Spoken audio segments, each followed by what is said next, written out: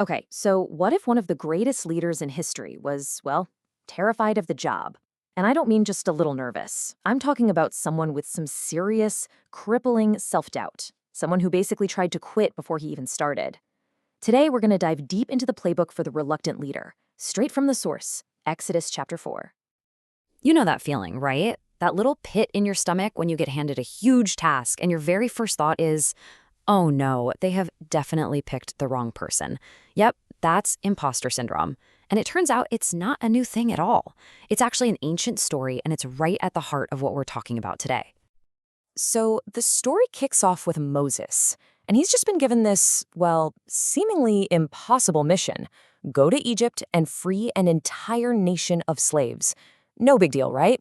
But here's the thing: his first obstacle isn't the Pharaoh, it's not the Egyptian army, it's something much closer to home, a much more fundamental problem, a crisis of credibility.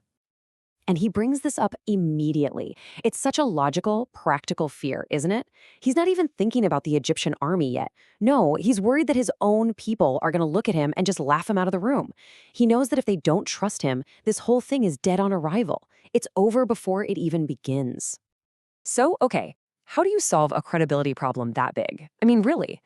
The answer Moses gets isn't some big motivational speech or a philosophical argument. Nope. It's a set of powerful, super practical tools. You could almost call it a divine communication strategy, designed for maximum impact. And here's the plan. It's laid out as 3 distinct signs, all designed to build that trust. You can almost think of it like a graduated response system. You start with level 1, kind of a proof of concept. If that doesn't do the trick, you escalate to level 2, something a bit more personal. And if they still don't believe you, well, you've got this final, undeniable proof in your back pocket. Okay, so the first sign starts with something totally familiar. Moses is a shepherd, right? His staff is his everyday tool. But then, boom, it turns into a snake, something primal, something dangerous.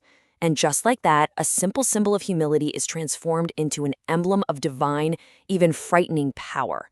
And then it just turns back. Control over chaos, right there. Point made. All right, the second sign gets intensely personal. We're not talking about an external object anymore. This is Moses' own hand. It gets afflicted with this terrifying disease, and then, just as quickly, it's healed. This is meant to show power not just over nature, but over life and health itself. It's a way more intimate and, frankly, a way more shocking proof point.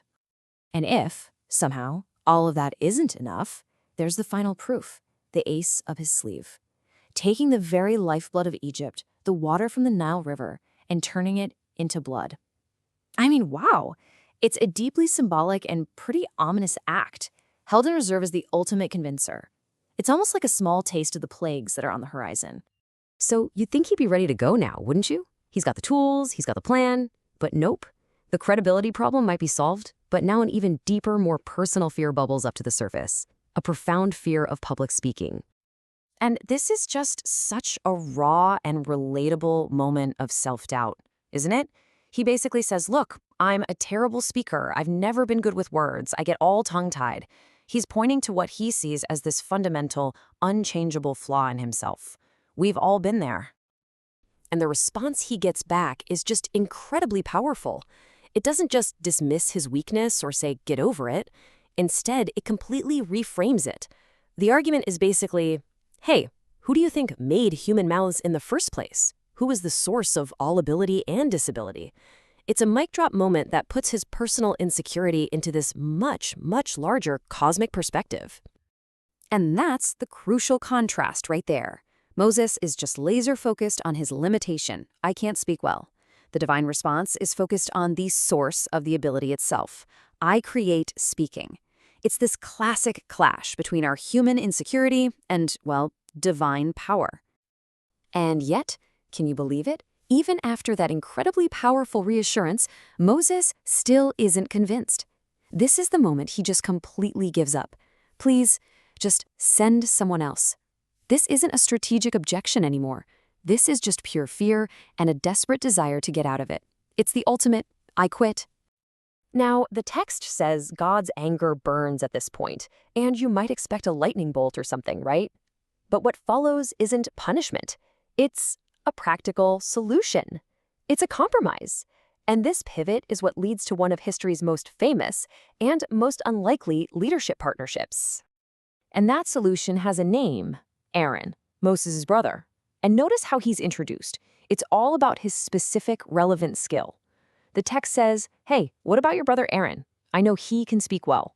He's the perfect complement to Moses' self-perceived weakness. He's the eloquent spokesman. And this sets up the new chain of command perfectly. Moses is still the visionary, right? He's the one with the direct link to the divine plan. Aaron becomes the mouthpiece, the CCO, the chief communications officer. But, and this is crucial, Moses keeps the staff, the symbol of authority. Leadership is now officially a team sport. Okay, so the team is assembled, the plan is in place, and Moses finally starts heading to Egypt. And then, the story takes a very, very strange turn. Seriously, this next section is one of the most debated and frankly bizarre passages in the entire book. Buckle up. Let's just walk through the sequence of events here, because it is truly jarring. So 1, Moses is on his way to Egypt doing what he was told.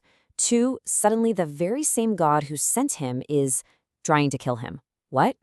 3, in a flash, his wife Zipporah performs this emergency circumcision on their son. And 5, just as suddenly as it started, the threat is gone. The Lord lets him go. And right at the heart of this whole mystery is this super cryptic line from Zipporah. Surely you are a bridegroom of blood to me. I mean, what does that even mean? Scholars have been debating it for millennia. Is it an accusation? Is it some kind of protective ritual phrase? The honest answer is, we don't really know. So what on earth just happened? Seriously. The text doesn't just hand us a clear explanation. But here's a thought. Maybe it's the ultimate gut check for a leader, a final, kind of brutal test of Moses' own commitment to the covenant before he could ask an entire nation to follow him. It's like a reminder that no one, not even the leader, is above the mission. The text just leaves it ambiguous, and honestly, that's part of what makes it so powerful.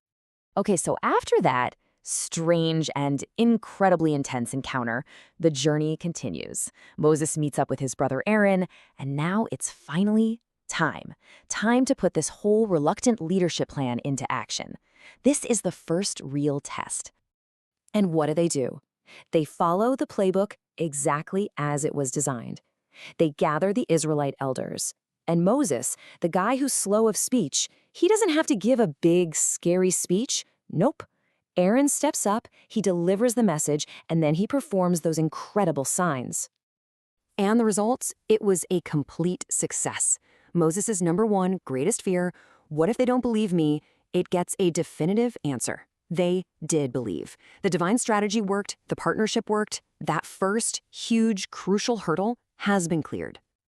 So the reluctant leader gets his first big win. He's established his credibility with the very people he's supposed to lead.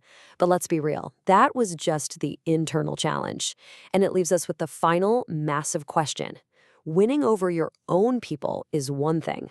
But how in the world do you use this playbook to face down a pharaoh?